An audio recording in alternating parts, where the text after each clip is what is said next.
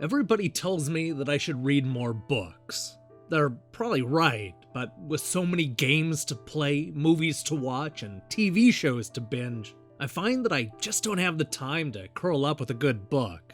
Normally, I'd be embarrassed to admit this flaw about myself, but I just don't feel that bad about it after playing through Fallen Legion, Sins of an Empire.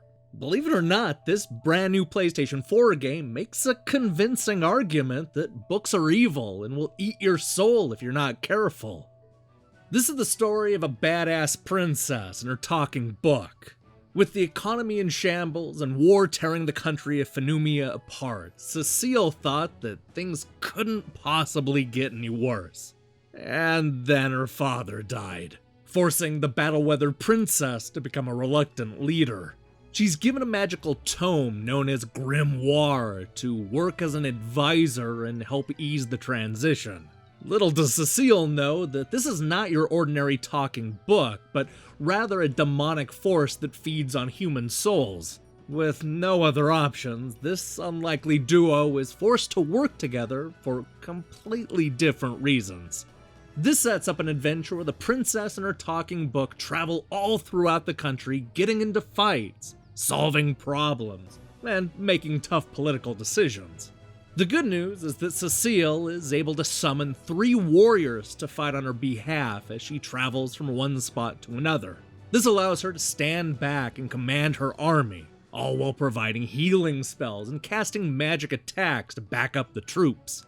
She may be young and inexperienced, but this princess is more than ready to take down a dragon if needed. I hesitate to call the combat turn-based, because what we have here is an all-out free-for-all where you're controlling all 4 characters at the exact same time.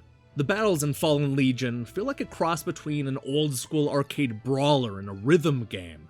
The idea is that each of the 3 fighters is given their own button, so it's up to you to tap out which characters you want to attack from one moment to the next.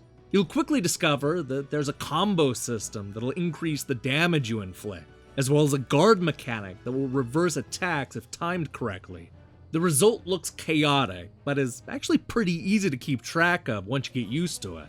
One thing I noticed right away is that every stage plays out exactly the same way. You'll race into a beautifully hand-drawn location and immediately start fighting a gang of guards and monsters. Once you've clobbered those foes, you'll run to another battle, where you'll repeat the process all over again. And then you'll race to another batch of enemies, and then more enemies. You get the point. Occasionally, you'll run into a friendly face who brings news of what's happening in the kingdom, but then it's off to more running, followed by more fighting. What I like about this game is that it's good about reminding the player that Cecile is still leading this country, even if she's off fighting monsters most of the time. As you run from one group of bad guys to another, she'll occasionally have to make choices that'll affect the country's morale and give temporary perks to the summoned fighters. You'll also earn gemstones, which you can use to modify your team's stats and gain the upper hand. Although it's repetitive, there's a lot about the combat that I really like. It's fast and always exciting, forcing players to stay on their toes in order to expertly dodge and string combos together. There are also a few epic boss fights that'll put your skills to the test. Forget button mashing your way to victory, because these epic battles are all about observation and memorization. There's a skill to the combat that isn't immediately obvious, and I think that's why taking down some of those big bosses towards the end is so damn satisfying. That said, I do wish the gameplay was a little deeper. Sure, there's skill involved, but you're still limited to only a couple of moves from each warrior you summon. It's also disappointing that there aren't more exemplars to choose from. If the combat is going to be this bare bones, then you'd think the developers would pad out the roster to make up for the shortcomings. They didn't do that here, instead opting to give you only a handful of characters to choose from. The good news is that these warriors will eventually evolve into more interesting characters, but that comes far too late in the story to truly shake things up. On the topic of disappointments, it's a shame that Fallen Legion didn't build up its role-playing elements. You won't find experience points or money or leveling up here, which means that you never have to grind to better your chances in a fight. While I don't miss the grinding, I do wish there was equipment to buy and ways to customize the crew.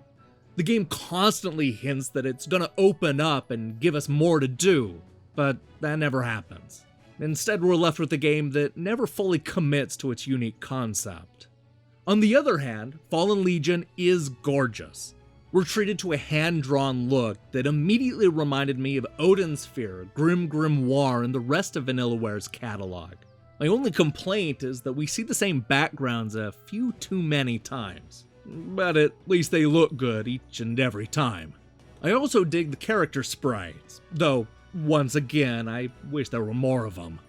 While not especially deep and a little too linear for its own good, Fallen Legion, Sins of an Empire manages to skirt expectations in a few crucial ways. I really enjoyed the chaotic nature of the combat and the story that revolves around a princess and her talking book. There's a compelling adventure here that manages to feel fresh, all while stumbling over every fantasy trope along the way. Not every game can pull that off.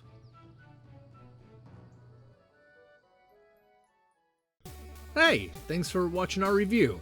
So here's the question of the day. What's the best kind of role-playing game combat? Do you prefer turn-based, action-packed, or something in between? I know it gets a lot of hell these days for being a weaker sequel, but I really loved the combat in Final Fantasy XIII. Let me know in the comments below. In other news, I'm currently hard at work on a review of Pressure Overdrive, which should go live a few days before it launches on the PlayStation 4, Xbox One, and PC. We're also going to be taking a look at Electronic Gaming Monthly's worst reviewed games of 1991 on Wednesday, so you won't want to miss that. I recommend you click that subscribe button and support what we're doing here. Until then.